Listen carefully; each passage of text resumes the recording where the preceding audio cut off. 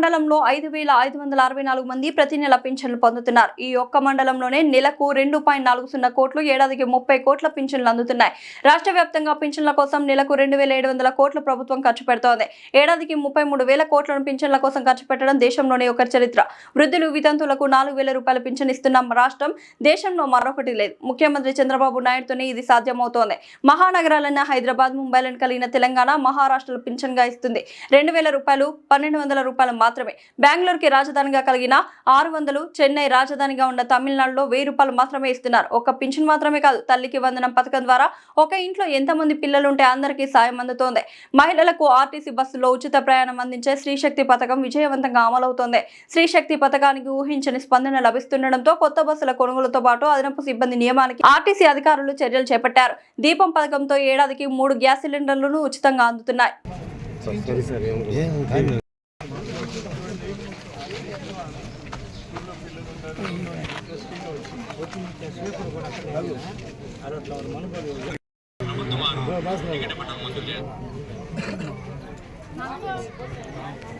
శంకరమ్మని కూడా రమ్మను. సార్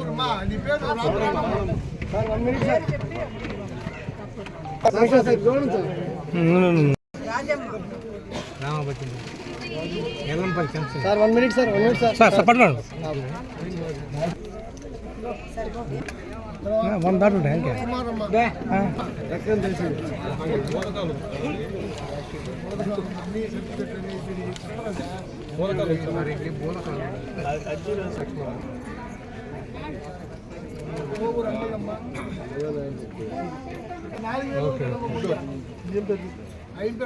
సంపూర్ణ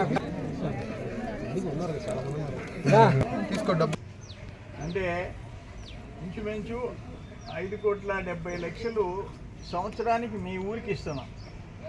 70,000కి ఎక్కడి వరకు కట్టాలి? అక్కడ సాగు చేసుకుంటాము. 388 చదివినాము. పొలాలు అయితే ల్యాండ్ ఉంది. పైరు ఇప్పుడు కూడా పెట్టు.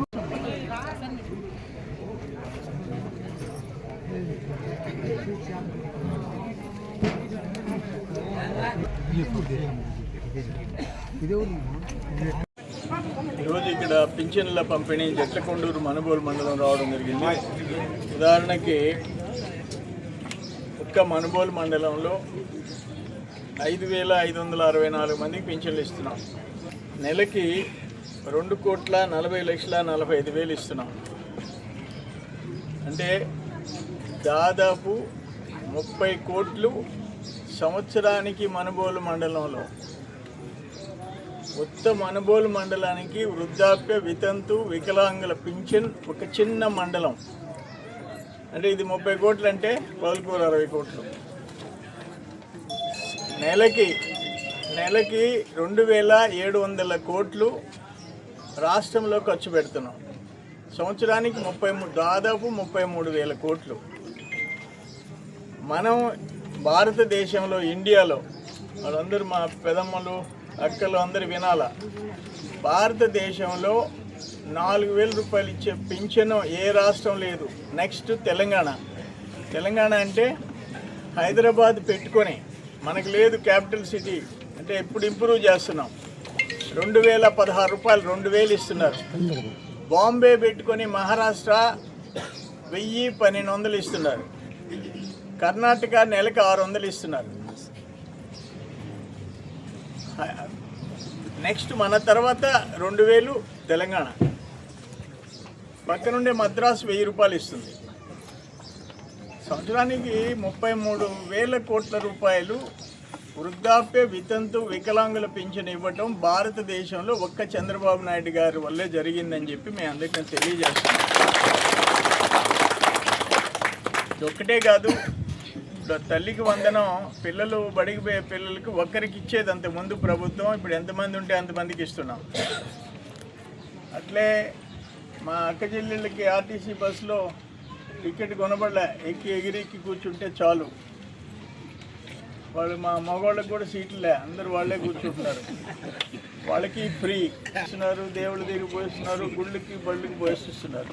సంతోషం. ఇప్పుడు అందుకే ఆర్టీసీలో సిబ్బంది చాలటం లేదని కొత్తగా చాలామందిని రిక్రూట్ చేస్తున్నారు. బస్సులు కూడా కొత్తవి తెప్పిస్తున్నారు మా అక్కచెల్లెళ్ళ కోసం. ఇవన్నీ జరుగుతున్నాయి. గ్యాస్ సిలిండర్లు 3 దీపం పథకం ఇస్తున్నాము. ఆగ్రహణ ఆయన పోయిన సంవత్సరం పోయిన ప్రభుత్వం మహానుభావుడు ల్యాండ్ టైటిలింగ్ యాక్ట్ తెచ్చాడు, రీసర్వే అన్నాడు, కొంపలు ముంచేశాడు. వాటన్నిటిని సమస్యలు పరిష్కారం చేయలేక తాలూకా ఆఫీసులు ఎంఆర్ఓ ఆఫీసులు 24 గంటలు టెన్షన్. అర్జీలంతా అయ్యే వాళ్ళ ఆస్తి వీళ్ళ పేరు మీద, వీళ్ళ ఆస్తి వాళ్ళ పేరు మీద. అసలు ఎవరు చేయమన్నారు? సర్వే చలాన్ కడితే చేస్తారు, లేదు ఒక పద్ధతి ప్రకారం చేయాలి. ఈ సమస్యలన్నీ ఈ ప్రభుత్వం వచ్చిన తర్వాత ఎక్కడికక్కడ చేసుకుంటూ వస్తున్నాము. ఇప్పుడు దేవాలయాలు చూపించారు మనుబోల్లో, ఆ శివాలయం కానీ అట్లే అరుంధతి వాళ్ళు ఒక దేవాలయం ఆగిపోయింది. వీటన్నిటికి కూడా నిధులు ఇచ్చేదానికి ప్రయత్నం చేస్తాము. సంక్షేమం ఒక్కటే కాదు, ఇక్కడ ఈ జట్లకొండూరు హెల్త్ క్లినిక్ 36 లక్షలు ఈ ఊరికి శాంక్షన్ చేశాము. అట్లే